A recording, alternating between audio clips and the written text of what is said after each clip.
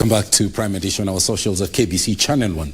My Twitter handle at Tomboya24. Moving on, the government has condemned Monday's invasion and theft of property at the Kenyatta family Northlands Farm, that's in Kiambu County. Cabinet Secretary, Ministry of Information, Communication and Digital Economy Eluid Owalo said government will ensure that everyone's life, property and business is protected. A day after unprecedented destruction of property during the ongoing anti-government protests by the opposition, the government now says that impunity will not be tolerated in the country's political discourse. Banning of a police vehicle, GKB 856D, a Toyota Corolla belonging to the Kenyan police. Such acts of violence, especially when being meted on government property or the property of anybody else for that matter, cannot be entertained.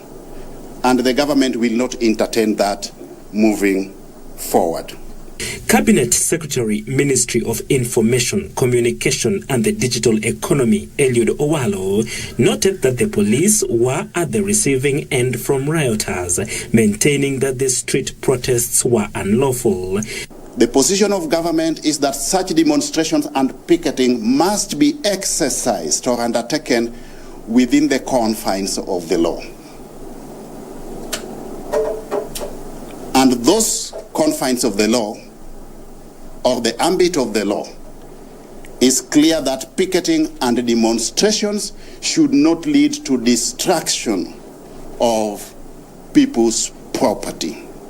With calls for dialogue between the president and the opposition leaders, Owalo reiterated that the government will not engage in political dialogue rather than how to transform the economy. That it is willing to dialogue with any integral segment of the Kenyan society on issues to do with the economy.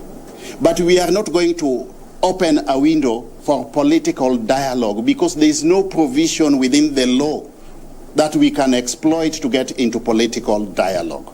He added that the Kenya Kwanza administration will not submit to acts of violence and intimidations but will operate within the rule of law.